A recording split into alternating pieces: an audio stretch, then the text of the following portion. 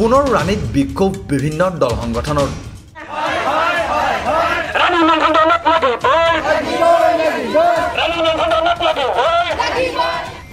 কোনোপধ্যেই ৰাণী উন্নয়ন খণ্ড ভংগ কৰিব দিয়া নহ'ব চৰকাৰক। ৰাণী উন্নয়ন খণ্ড ভংগ কৰাৰ পৰিকল্পনা কৰিছে চৰকাৰে।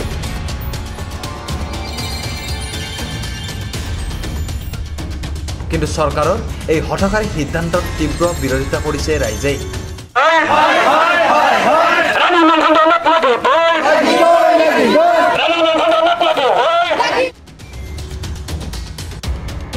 পূৰ্বেও এই সন্দৰ্ভত ৰাণীৰ স্থানীয় ৰাইজে সাব্যস্ত কৰিছিল তীব্ৰ প্ৰতিবাদ।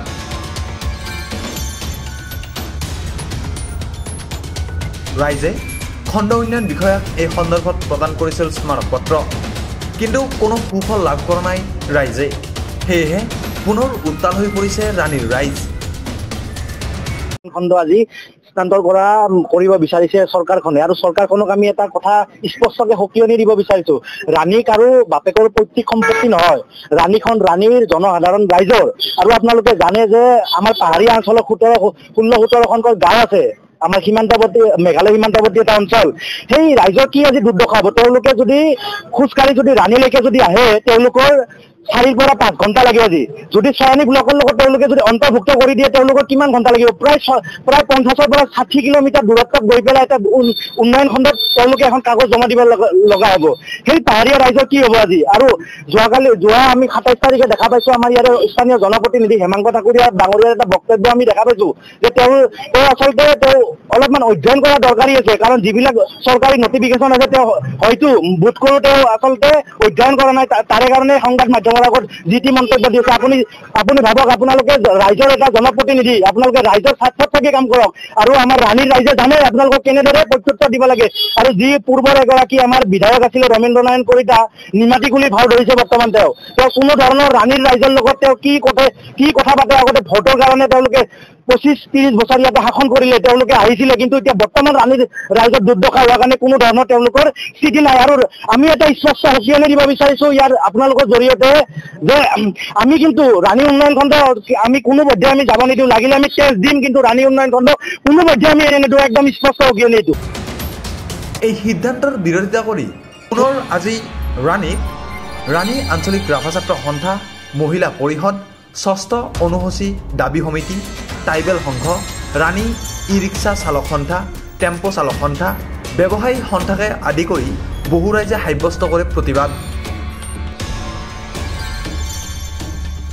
পৰৱৰ্তী সময়ত আৰু অধিক জংগী আন্দোলন কৰিবলৈ সাজু এইসকল ৰাইজ। মুঠৰ ওপৰত কোনোপধ্যেই ভংগ কৰিব দিয়া নহ'ব ৰাণী উন্নয়ন খণ্ড।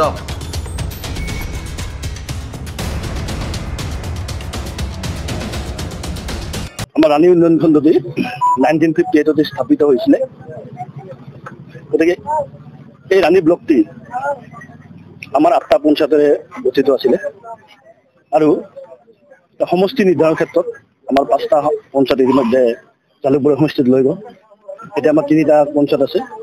এই 3টা পঞ্চায়তত থকাৰ কাৰণে আমাৰ ৰাণী পুৰণা যিটো ঐতিহ্যমণ্ডিত যিটো আমাৰ ৰাণী ব্লক, এই ব্লকটি চয়নী ৰাণী ব্লকেৰে স্থানান্তৰ কৰিব বিচাৰিছে অন্য ঠাইলৈ। গতিকে আমি এইটো কোনোপধ্যে হ'ব নিদিম। গতিকে যিহেতুকে আমাৰ এই ৰাণী ব্লকটি 5টা পঞ্চায়ত তেখেতসকলে লৈ গ'ল, গতিকে আকৌ যি নতুন পঞ্চায়ত সংযোজন কৰি আমাৰ এই আগৰ যিটো ৰাণী ব্লক, এই ৰাণী ব্লকটো ৰাণী ব্লক হিচাপে বাহাল থাকিব লাগে। কেনেকৈ লৈ যাব পাৰে তেখেতসকলে? ৰাণীত ইমান সমস্যা আছে, আজিলৈকে সমাধান কৰিব পৰা নাই, অৰ্থাৎ উন্নয়ন খণ্ডটোক কোনোবাত আঁতৰাই লৈ যাব। আপোনালোকে চাওক, পাহাৰীয়া অঞ্চল আমাৰ ৰাণীত যিখিনি গাঁও আছে, 15-16খন গাঁও, সেইখিনি গাঁৱৰ এতিয়া ভয়ানক সৃষ্টি হ'ব। কাৰণটো হ'ল মেঘালয় বৰ্ডাৰত আছে, সীমান্তৱৰ্তী অঞ্চলত আছে। এতিয়া মেঘালয়ে হস্তক্ষেপ কৰিব চেষ্টা কৰিব তেখেতসকলক। সেইবিলাক বস্তু আমি ভাবিব লাগিব।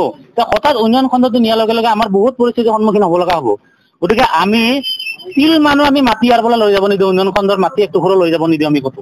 উন্নয়ন খণ্ড ইয়াতে থাকিবই লাগিব। আমি সেইখিনি সম্পূৰ্ণ দাবী জনাইছোঁ, আৰু ইয়াতকৈ আমি ভয়ানক সৃষ্টি কৰিম।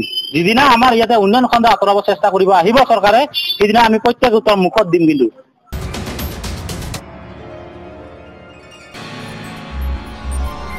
News desk report, প্ৰাতঃ time.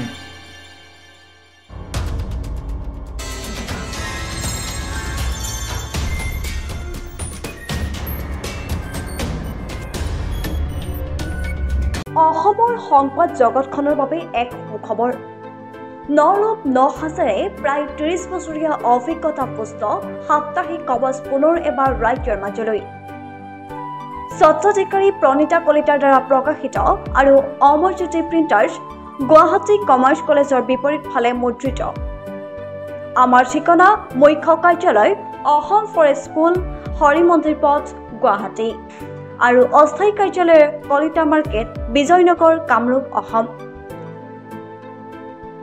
Mobile নং 9435114666 আৰু 7024722813 মেইল আইডি prabhati.ahom@gmail.com